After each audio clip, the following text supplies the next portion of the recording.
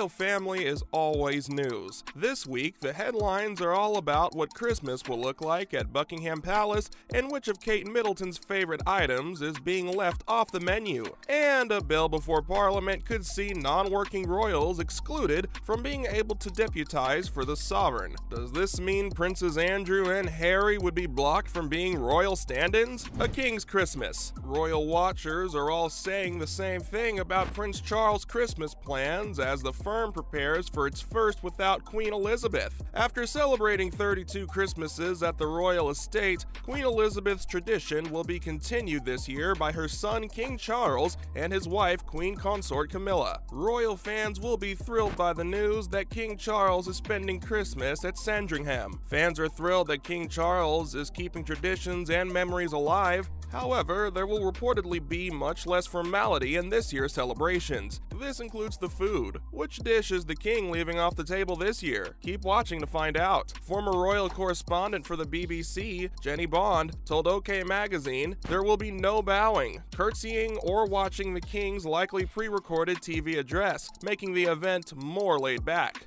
This comes as King Charles' Windsor Castle Christmas decorations have been revealed and fans spotted a hidden tribute to the Queen. The real pine Christmas tree is sparkling with gold, purple, and red ornaments dotted around twinkling lights. As well as being a regal color, the late Queen Mother was known to wear purple often as it was said to be her favorite color. Who can we expect to be at the King's side on Christmas Day? Speculation is all we've got at this point. We can assume that at the Prince and Princess of Wales home, the family will continue its slightly unusual routine. Princes George, Louis, and Princess Charlotte unwrap their Christmas presents on Christmas Eve at tea time. It's a nod to the German heritage of the Windsors, but it also helps with a busy Christmas Day schedule. Royal biographer Angela Levin said that she was sure William and Catherine would be there by the King's side for part of the holiday, even if one of Catherine's favorite dishes is off the menu. But what about Harry and Meghan? Royal watchers are predicting that the couple will snub the invite and not be part of the festivities. The King recently extended an olive branch, but royal biographer Angela Levin told The Sun, the Queen's death means that there won't be as much pressure to have all of the family together, which is good because it would seem Harry and Meghan won't be present. Prince Harry, who lives with his family in the United States, has stepped back from being a working royal, and because of this, there have been calls to block him from ever taking on the royal stand-in role. Stay there until the end of the video to hear more. Experts have claimed that King Charles is sending a powerful message with his shakeup of the royal family's Christmas. Royal followers were surprised to find that one person who did get an invite was Sarah Ferguson. The Sun revealed that Sarah Ferguson is to be invited to Christmas with the royal family this year, along with her disgraced ex-husband, Prince Andrew. For the past 30 years, she's been used to having Christmas dinner on her own. Believe it or not, she hasn't spent Christmas Eve with the rest of the family at Sandringham since the split from her husband, Prince Andrew, in 1992. But a source revealed that Wood Farm is being prepped for a big visit. Is it prepared to host Andrew and Sarah, their daughters Beatrice and Eugenie, plus their own husbands and 2 children? Now, royal experts believe the invitation is a clear sign of how the king plans to rule. Royal biographer Angela Levin told The Sun, I think that it's a sign that Charles is trying to put out, we are family. So Andrew is banned from public royal life, but you can't ban him from the family Christmas dinner table.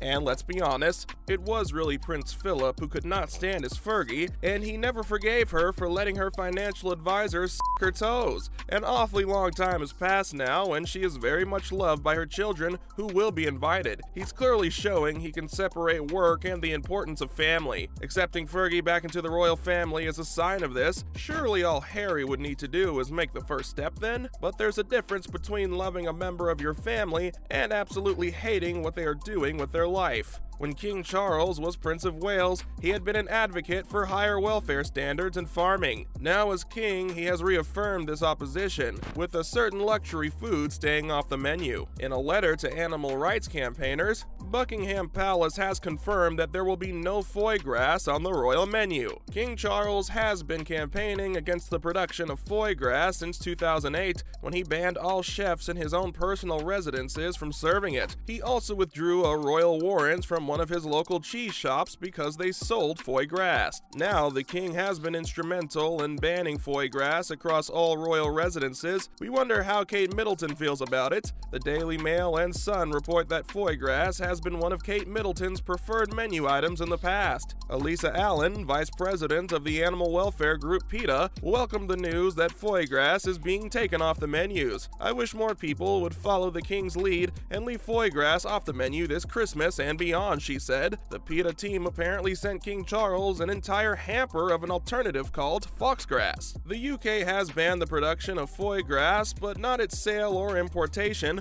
but it will certainly not be on the menu at Christmas or for the duration of King Charles's reign. It's also being rumored that PETA is calling for the use of fake fur instead of ermine for robes at the king's coronation next May. Something else under scrutiny is whether Prince Andrew and Prince Harry should be removed as counselors of state. On Monday, November 21st, the House of Lords was abuzz with debate about the Councillor State Bill, which would widen the pool of royals eligible to conduct official duties for the sovereign. Peers have debated whether to appoint 2 extra Councillors of State, proposing that Princess Anne and Prince Edward take on the role. But a Labour peer said Prince Andrew and Prince Harry are ineligible to be acting royals since they are non-working royals. Lord Berkeley said the question of who was eligible to act for the king needed greater transparency. Hear, hear. The stand-ins are a pool of royals who could step in if the king was overseas or under the weather. But what exactly can councillors of state do? The Lord Privy Seal said the functions councillors of state undertake can include, for example, indicating assent to legislation, formally approving appointments, and providing authority for the affixing of the Great Seal to documents, such as royal proclamations. The role can also include convening Privy Council meetings where necessary. Will we be seeing royal heirs Andrew and Harry leaving the selection? Lord True, the Lord Privy Seal, said that the proposal was a practical solution necessary for the machinery of government. He confirmed that in practice, only working royals would be called upon to act as councillors. The current 5 stand-ins are the sovereign's spouse and the next 4 royals in line to the throne aged over 21, Queen Consort Camilla, Prince William, Harry, Andrew, and Princess Beatrice. Lord Berkeley supported Princess Anne and Prince Edward's addition to the bill, but he put forward an amendment that would exclude non-working royals like Prince Andrew and Prince Harry. Lord Berkeley also proposed that councillors of state could not include anyone who had not undertaken royal duties on a regular basis for the preceding 2 years. In the wake of the association with U.S. offender Jeffrey Epstein, Prince Andrew withdrew from royal duties. Prince Harry, who lives with his family in the United States, also stepped back from being a working royal. So they would be blocked from stepping in? We're still not clear, but Lord Balfe, a conservative peer, also argued that Prince Harry's status as a councillor needed to be more clearly resolved. In response to a request from the king, the legislation is being fast-tracked through Parliament. It is expected that next year, the king, Queen Consort, Prince William, and Catherine, Princess of Wales, will travel overseas, and without a change, this could mean a lack of stand-ins available to act on behalf of the monarch. Labour peer Viscount Stansgate welcomed the increase in councillors, but said the addition of 2 royals was a quick fix and suggested that a longer-term view was needed for deciding who else should be appointed. The legislation will be moving along to its next stage immediately before heading to the House of Commons. Do you support this move? Leave your thoughts in the comment section below. We wish everyone a royal Christmas and can't wait to bring you the headlines following the King's Christmas. Thanks for watching.